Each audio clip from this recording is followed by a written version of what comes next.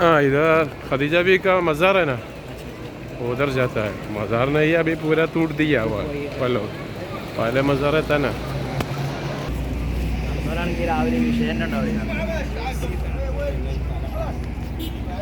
അത് റസൂലുള്ളാഹിന്റെ കുടുംബത്തിന്റെ താമസ സ്ഥലം അവിടെ ആ മലിൻ്റെ ചോട്ടിൽ.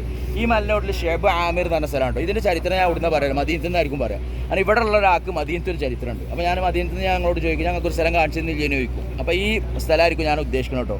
ഇവിടുന്ന് ഒരാൾ മദീനത്തേക്ക് വന്നൊരു സംഭവമുണ്ട്. അത് ഞാൻ അവിടുന്ന് പറയുമ്പോൾ അയാളെ വീട് ഇവിടെ ആയിരുന്നു എന്ന് മനസ്സിലാക്കിയിട്ടാണ്.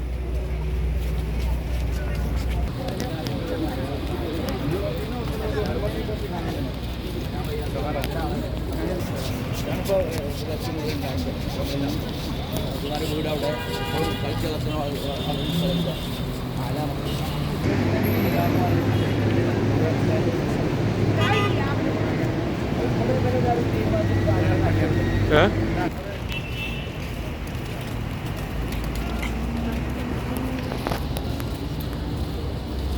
കൂടുതൽ നടക്കാനൊന്നുമില്ല.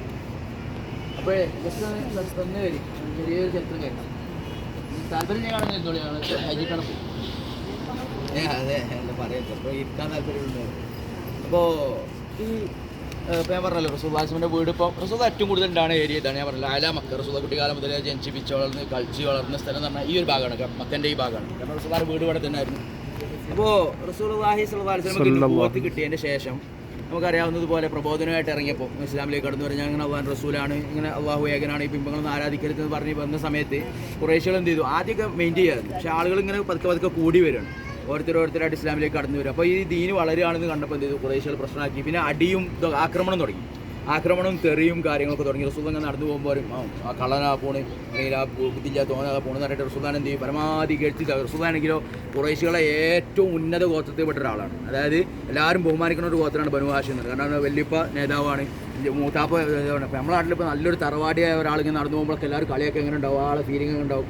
ഒരു നോർമൽ ആൾ അങ്ങനെ പോട്ടെ. പക്ഷേ റസൂൽ അന്നത്തെ മക്കയിൽ ഏറ്റവും കൂടുതൽ ബഹുമാനിക്കപ്പെടുന്ന ബനു ഹാഷിമിൻ്റെ ഏറ്റവും സെൻട്രൽ പോയിന്റിലാണ് റസൂൽ ജനിക്കുന്നത്. അതായത് റസൂലാണ് ബഹുമാനിക്കപ്പെടേണ്ട ഒരാളാണ്, ജന്മം കൊണ്ട് തന്നെ. റസൂൽ ആയില്ലെങ്കിൽ പോലും കാരണം അന്നത്തെ കുറേശ്ശികളുടെ നേതാവാണ്ട ആളാണ്. ആ റസൂൽ എന്ത് ചെയ്യുന്നത്, നടന്നു പോകുമ്പോൾ കള്ളം പോണ്, അതാ നുണ പറഞ്ഞാൽ പോണ്, അങ്ങനെ റസൂലിനെ പരമാവധി ചീത്ത വിളിക്കുക, കല്ലെടുത്ത് എറിയുക, വടി കിട്ടിയാൽ അടിക്കുക, അങ്ങനെയൊക്കെയുള്ള സംഭവമായിരുന്നു റസൂൽ. അപ്പോൾ അങ്ങനെ നിൽക്കുന്ന ഒരു ദിവസം റസൂലുള്ളാഹി സ്വല്ലല്ലാഹു അലൈഹി വസല്ലം എന്ത് ചെയ്യാണ്, ഒരു പ്രബോധനം ഇങ്ങനെ ആൾക്കാരോട് സംസാരിച്ച സമയത്ത് കുറേശ്ശികൾ വല്ലാണ്ട് ആക്രമിക്കുകയും തലപ്പൊക്കെ അടിച്ചിട്ട് എന്ത് ചെയ്തു, റസൂലിന്റെ മുഖത്ത് കൂടെ ഇങ്ങനെ രക്തമൊക്കെ ഇങ്ങനെ ചിറ്റിയിട്ട് എന്ത് ചെയ്യാണ്. റസൂൽ ഇവിടെ ഈ കാണുന്ന ഈ ഏകദേശം ഇവിടെ ഒരു പള്ളിയുണ്ട്, മസ്ജിദുൽ ജിന്ന്, അവിടെ ഇങ്ങനെ സങ്കടപ്പെട്ടിരിക്കുകയാണ്. അതായത് ഇതിപ്പോൾ എന്താണ് ഇപ്പോൾ ഞാൻ അള്ളാഹുവിൻ്റെ ഒരു ദൂതൻ തന്നെ അല്ലേ, പ്രവാചകൻ തന്നെ അല്ലേ. കാരണം ഞാൻ അതുമായിട്ട് പറയുമ്പോൾ നമ്മളൊരാളോട് പോയിട്ട് പറയാം ഇങ്ങനെ അള്ളാഹു ഏകനാണ്, ഞാനിങ്ങനെ അള്ളാഹുവിൻ്റെ പ്രവാചകനാണ്, പോയാൽ നുണറിയാണ് കള്ളനാണെന്ന് പറഞ്ഞാൽ അങ്ങനെ ഉണ്ടാവും. അവർ മനുഷ്യ പരിഗണന പോലും ഇല്ലാതെ നിൽക്കുന്ന സമയത്ത് അടിയും കുത്തും കണ്ടിട്ട് റസൂൽ അവർക്ക് പരിക്ക് പറ്റിയിട്ട് വിഷമിച്ച് അവിടെ അങ്ങനെ ഇരിക്കുകയാണ്.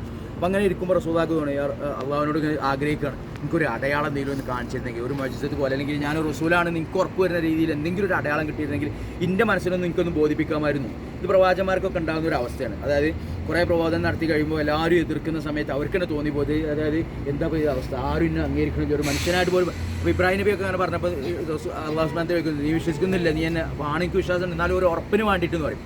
അപ്പോൾ എന്ത് ചെയ്തു, ഇബ്രാഹിം നബിനോട് ഖുർആനിൽ പറഞ്ഞാൽ ഒരു പ്രാവിനെ അറുത്തിട്ട് ഓരോ മലിൻ്റെ മുകളിൽ കൊണ്ടുവച്ചിട്ട് എന്ത് വിളിക്കാൻ പറഞ്ഞപ്പോൾ ആയാത്തിൽ വന്ന് ഇങ്ങനെ എല്ലാ പ്രവാചകന്മാർക്കും ഈ ഒരു അവസ്ഥ. റസൂൽ ഇതേപോലെ അങ്ങനെ ഇരുന്നപ്പോൾ ആരും പറഞ്ഞു കേൾക്കുന്നത്, ആരും ഇസ്ലാമിലേക്ക് കടന്നു വരുന്നില്ല, എല്ലാവരും എന്നെ ആക്രമിക്കുകയാണ്. അപ്പോൾ സങ്കടപ്പെട്ട് ഇങ്ങനെ ഇരുന്ന് അവനോട് ഇങ്ങനെ എനിക്കെന്തെങ്കിലും എൻ്റെ മനസ്സിനൊരു ഉറപ്പ് കിട്ടാൻ വേണ്ടി, ഈ ആക്രമണം ഒന്നും എന്നെ ബാധിക്കാത്ത രീതിയിൽ എൻ്റെ ഒന്ന് ഉറപ്പ് കിട്ടാൻ വേണ്ടിയിട്ട് എന്തെങ്കിലും അടയാളം കാണിച്ചു തരാം. അപ്പോൾ ജിബ്രീൽ അലൈഹി സ്വലാം എന്ത് ചെയ്തു, റസൂലിൻ്റെ അടുത്ത് യാ റസൂലല്ലാഹ് നിങ്ങളെ ആഗ്രഹം അല്ലാഹു സുബ്ഹാനഹു വ തആല അറിഞ്ഞിട്ടുണ്ട്, നിങ്ങൾക്ക് എന്ത് ചെയ്യുക, ഈ പള്ളി ഇതാ ഇവിടെ അന്നൊരു മരം ഉണ്ടായി, ഇതേപോലത്തെ ഒരു മരം കേട്ടോ, ഈ മരമല്ല ഇതേപോലത്തെ ഒരു മരം നിൽക്കുന്നത് എന്ന പള്ളിൻ്റെ അത് ഇവിടെ മരം. റസൂൽ അവിടെ ആ മൂലൊക്കെ ഇരിക്കുന്നു. അപ്പോൾ റസൂലിനോട് ചോദിച്ചു, നിങ്ങൾ അവിടെ ഒരു മരം കാണുന്നുണ്ട്, ആ മരത്തിനോട് വിളിക്കുകയാണ്. അപ്പോൾ റസൂൽ പറഞ്ഞു ഇവിടെ വരാൻ പറഞ്ഞു. അപ്പോൾ ആ മരം എന്ത് ചെയ്തു, ആ നിൽക്കുന്നിടത്ത് തന്നെ ഭൂമി പിളർത്തിക്കൊണ്ട് അതിൻ്റെ വേരും ഇതൊക്കെ ആയിട്ട് എന്ത് ചെയ്തു, റസൂലിൻ്റെ അടുത്തേക്ക് നേരെ നടന്നു വന്നു എന്നാണ്, റസൂലിൻ്റെ മുമ്പിൽ നിന്നു എന്നാണ്. ചില വിവാഹത്തിൽ അസ്സലാമു അലൈക്കും റസൂൽ എന്ന് പറഞ്ഞു എന്നും, ചില വിവാഹത്തിൽ അവിടെ വന്ന് നിന്നു എന്നാണ്.